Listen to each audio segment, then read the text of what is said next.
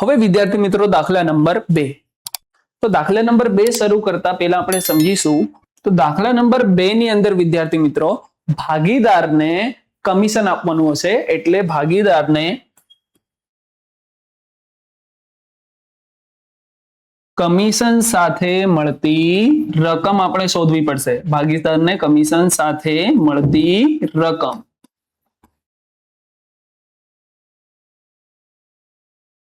For example વિદ્યાર્થી મિત્રો પેઢીની અંદર બે ભાગીદાર છે. કેટલા ભાગીદાર છે? બે. ભાગીદાર એ અને ભાગીદાર બી. તો બંને ભાગીદારને વર્ષના અંતે નફામાંથી રકમ તો મળશે જ મળશે, પરંતુ જો ભાગીદાર એ વધારે પડતું કામ કરતું હોય તો ભાગીદાર એને નફા સાથે કઈ રકમ મળશે? કમિશનની. એટલે આપણો ટોપિક કયો છે? ભાગીદારને કમિશન સાથે મળતી રકમ. હવે વિદ્યાર્થી મિત્રો જ્યારે પણ ભાગીદારને કમિશન આપવાનું હોય ત્યારે કમિશન શોધવા માટેનું સૂત્ર થશે કમિશન બરાબર સૂત્ર થશે વિદ્યાર્થી મિત્રો નફો ગુણ્યા ટકા છેદમાં 100 વત્તા ટકા. એટલે કે દાખલાની અંદર કુલ નફાની રકમ આપણને આપેલી હશે અને ટકાવારી પણ આપેલી હશે. જે રકમ આપેલી હશે એને સૂત્રમાં મૂકી આપણે ભાગીદારનું કમિશન શોધી શકીએ. ચાલો આપણે આગળ વધીએ. દાખલા નંબર 2.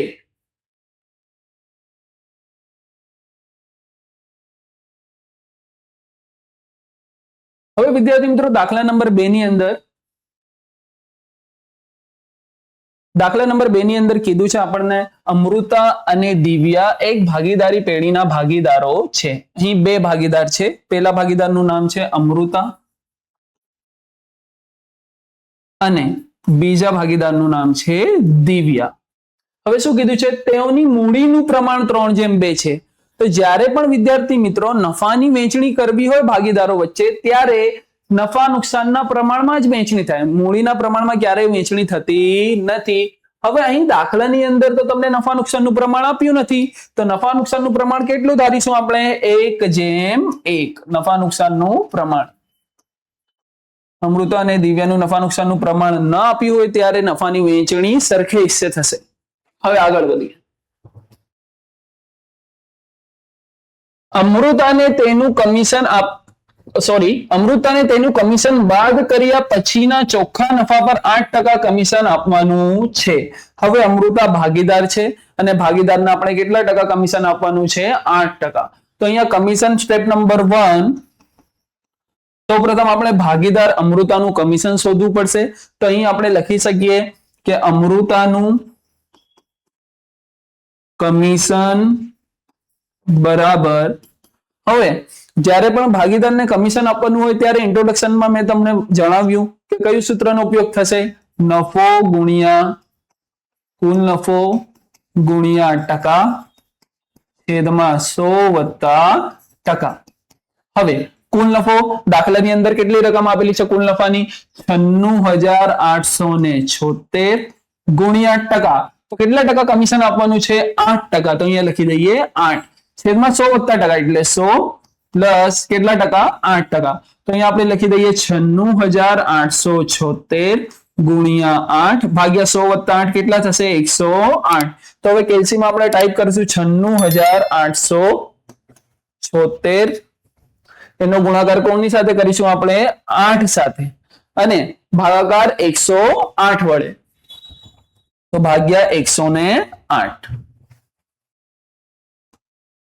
તો આપણને કેટલી રકમ મળશે અમૃતાના કમિશનની? 7,176. તો વિદ્યાર્થી મિત્રો આપણને મળી ગયું અમૃતાનું કમિશન. અમૃતાનું કમિશન બરાબર 7,176. હવે આગળ શું કીધું છે? જો વર્ષના અંતે પેઢીનો નફો 96,876 થયો એ આપણે લખી લીધું. તો અમૃતાને કુલ કેટલી રકમ મળશે વિદ્યાર્થી મિત્રો? અમૃતા કોણ છે વિદ્યાર્થી મિત્રો? ભાગીદાર. તો ભાગીદારને કમિશનની રકમ આપી અને વર્ષના અંતે કમિશન આપ્યા પછી કઈ રકમ મળશે ભાગીદારને? નફાની રકમ. તો અહીંયા આપણે લખી શકીએ સ્ટેપ નંબર 2 ની અંદર બાકીનો નફો. આપણે શું કર્યું? કુલ નફામાંથી અમૃતાનું કમિશન આપ્યું તો કમિશન એ ખર્ચ થયો તો કમિશનની રકમ કુલ નફામાંથી શું થશે બાદ તો કુલ નફો કેટલો આપ્યો છે આપણને દાખલાની અંદર 96,876 તો અહીંયા આપણે લખી દઈએ 96,876 નિશાની માઇનસ હવે અમૃતાને આપણે નફામાંથી કમિશન આપ્યું તો નફામાં ઘટાડો થયો એટલે માઇનસ થશે 7,176 તો 96,876 માંથી આપણે માઇનસ કરીશું 96,876 માંથી આપણે માઇનસ કર્યું તો કેટલી રકમ મળી 89,700 હવે આ જે નફો મળ્યો એને આપણે કહીશું બાકીનો નફો અથવા કમિશન બાદ કર્યા પછીનો નફો હવે આ નફામાંથી બીજો કઈ ખર્ચ બાદ કરવાનું આપણને કીધું નથી તો આ નફાની વહેંચણી આપણે બે ભાગીદારો વચ્ચે કરી દઈશું પહેલા ભાગીદારનું નામ શું છે અમૃતા અને બીજા ભાગીદારનું નામ શું છે દિવ્યા તો વિદ્યાર્થી મિત્રો 89,700 ની વહેંચણી અમૃતા અને દિવ્યા વચ્ચે કરી દઈશું હવે નફાની વહેંચણી જ્યારે કરવાની હોય ત્યારે કયા પ્રમાણમાં કરવાની હોય નફા નુકસાનના પ્રમાણમાં પરંતુ દાખલાની અંદર આપણને નફા નુકસાનનું પ્રમાણ આપ્યું નથી તો કેટલા કયા હિસ્સે વહેંચણી થશે સરખા હિસ્સે તો ચાલો 89,700 ની સરખા હિસ્સે એટલે ભાગ્યા બે ભાગીદાર છે તો કોના વડે ભાગાકાર કરીશું આપણે 2 વડે તો કેટલી રકમ મળશે આપણને 44,850 44,850 હવે સ્ટેપ નંબર 3 ની અંદર વિદ્યાર્થી મિત્રો આપણે શું કીધું છે અમૃતાને કુલ કેટલી રકમ મળશે તો અમૃતા કોણ છે ભાગીદારને 2 રકમ મળી અમૃતા જે ભાગીદાર છે એને કમિશન પણ મળ્યું અને નફામાં ભાગ પણ મળ્યું તો અહીંયા આપણે લખી દઈશું અમૃતાને મળતી રકમ બરાબર તો સૌપ્રથમ અમૃતાને આપણે શું આપ્યું કમિશન એટલે 7,176 પ્લસ નફાની રકમ કેટલી આપી 44,850 તો હવે આપણે 7,176 માં 44,850 પ્લસ કરીશું તો 44,850 વત્તા 44,850 પ્લસ એમાં આપણે કેટલી રકમ એડ કરીશું કમિશનની 7,176 તો અમૃતાને મળવા પાત્ર રકમ થશે 52,026 હવે વિદ્યાર્થી મિત્રો આઈ હોપ તમને આ દાખલાની અંદર સમજણ પડી હશે હવે આના જેવો આપણે ઉદાહરણ નંબર 2 કરીશું ઉદાહરણ નંબર 2 ઉદાહરણ 2 ની અંદર 3 ભાગીદાર છે પહેલા ભાગીદારનું નામ છે હંસા બીજાનું નામ હિતેશ અને ત્રીજાનું નામ વિજય એક પેઢીના ભાગીદારો છે તો અહીંયા 3 ભાગીદાર છે તો આપણે શું કરીશું રકમ વાંચીશું અને ગણતરી કરીશું પછી એના પછીનો સેન્ટેન્સ વાંચીશું તેના પછી આપણે ગણતરી કરીશું તો સૌપ્રથમ પહેલા ભાગીદારનું નામ શું છે હંસા તો અહીંયા આપણે લખી દઈએ હંસા બીજા ભાગીદારનું નામ શું છે હિતેશ અને ત્રીજા ભાગીદારનું નામ શું છે વિજય ઓકે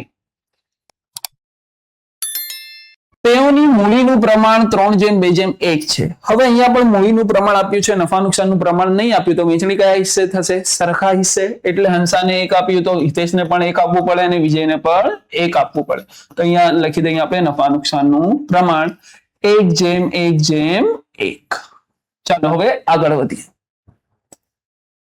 હિતેશને તેનું કમિશન આપ્યા બાદ વધતા ચોખ્ખા નફાના 10% કમિશન આપવાનું છે એટલે હિતેશને કેટલા ટકા કમિશન આપવાનું છે વિદ્યાર્થી મિત્રો 10% તો ટકા બરાબર આપણે શું લખી દઈએ 10 હવે આગળ શું કીધું છે જો વર્ષના અંતે પેઢીનો નફો ₹1,65,000 હોય એટલે કુલ નફો તો અહીંયા લખી દઈએ આપણે કુલ નફો